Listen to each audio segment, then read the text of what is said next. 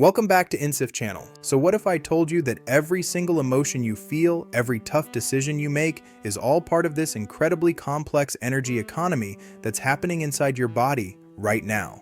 Today we're diving deep into the science of that energy. We're going to look at some absolutely groundbreaking research that reveals this hidden intelligence within all of us, one that physically connects our thoughts and feelings right down to our cells. It's going to change how you see everything. Can stress really turn your hair gray? Alright, let's just jump right in with a question that, has probably crossed your mind at some point. We've all seen the pictures, right? Leaders who seem to age dramatically in just a few years in office. But is it real? Can stress actually turn your hair gray? Well, the answer, according to some amazing new research, is a huge, definitive yes. There is a direct physical link. But here's the part that's really going to blow your mind. It might not be a one-way street. The very same study suggests that in some cases, the process can actually be reversed. So wait, how is that even possible? First, aging isn't linear, a dynamic process. The key to wrapping your head around this is to start thinking about aging in a totally new way. It's not this straight line heading in one direction. Instead, our bodies are constantly, and I mean constantly, recording our life experiences. They're creating this physical timeline of our lives, right down to the molecular level. Researchers took a single strand of hair from someone and found that, kind of like the rings of a tree, it recorded that person's biological history. They saw a dark section, then a white section, and then it went back to dark. When they mapped this to the person's life, that white part lined up perfectly with a 2-month period of insane stress. And once that stress was gone, the hair started growing dark again. What this proves is that our physical bodies are not separate from our life experiences at all. They're like a living document, literally recording these periods of high stress and then the periods of recovery.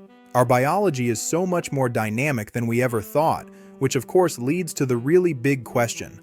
What in the world is the mechanism that's doing all this recording? Second, true power plants. Meet your mitochondria. The answer, it turns out, lies in these tiny little structures inside our cells that you probably remember from high school biology class. But the real story is so much bigger and honestly so much cooler than what those old textbooks told us.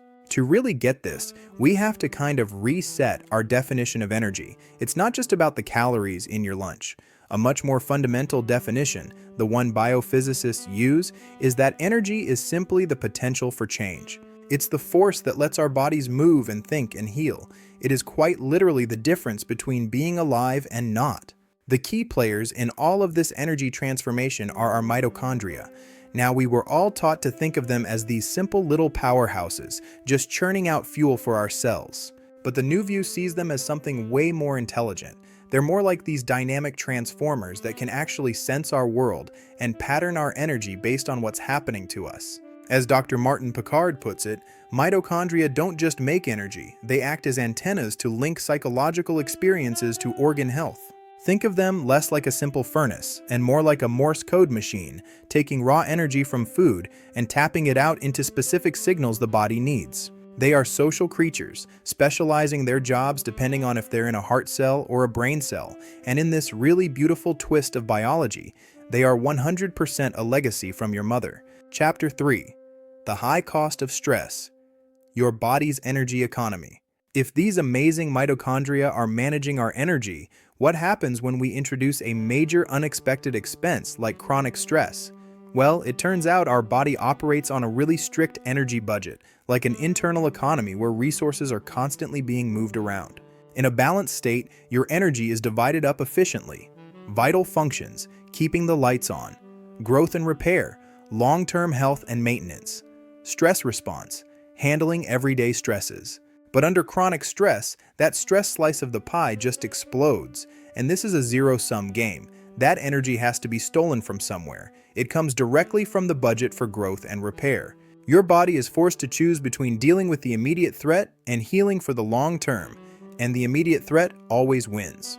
This even explains why we feel so completely awful when we get sick. That feeling of being tired and cold and just totally unmotivated is an incredibly intelligent strategy by your body to force you to conserve energy. It's pulling resources away from movement and motivation to redirect them to your immune system. Fourth, become what you do, building a resilient body. This new science doesn't just explain how things can go wrong, It gives us a clear roadmap for how we can actively build a more energetic and resilient biology. The first step is a simple but profound shift. Stop thinking of yourself as a noun and start thinking of yourself as a verb. You are a continuous, dynamic process of transforming and directing energy. You are a flow. This has real physical consequences. Consistent marathon training can literally double the number of mitochondria in your muscles. This demonstrates a fundamental principle. Where energy flows, structure grows. By repeatedly directing energy to a specific place, whether it's your bicep while lifting weights or a new neural circuit while learning a language, you are sending a direct order to your body to build better mitochondria right there. You literally become what you do. Final, master your energy. Practical applications. How can we become hands-on managers of our own energy economy? Here are 3 science-backed strategies to reclaim your energy. 1. Prioritize sleep. Saves 10 to 15% of your daily energy budget. It is a critical energy-saving state, not a luxury. 2. Practice deep rest. Meditation can reduce energy expenditure by up to 40%, freeing up huge resources for repair. 3. Listen to your body. Fatigue and sickness are intelligent signals, not weaknesses. They are a system trying to balance its books. The ultimate takeaway is this: you are not just your cells or your genes. You are much more. You are the energy that animates and flows through that entire system. Understanding that flow and mastering it is the key to a more vital, more resilient life. The power to change isn't just somewhere out there, it is, quite literally, inside you. Science proves that the power to change is quite literally inside you. Don't just watch, take action. Go ahead and comment energy below if you're committing to one deep rest session this week. We're here every week to help you digest the world's best insights for a better you. Thank you for supporting Insight Channel. Stay curious, stay resilient, and we'll see you in the next video.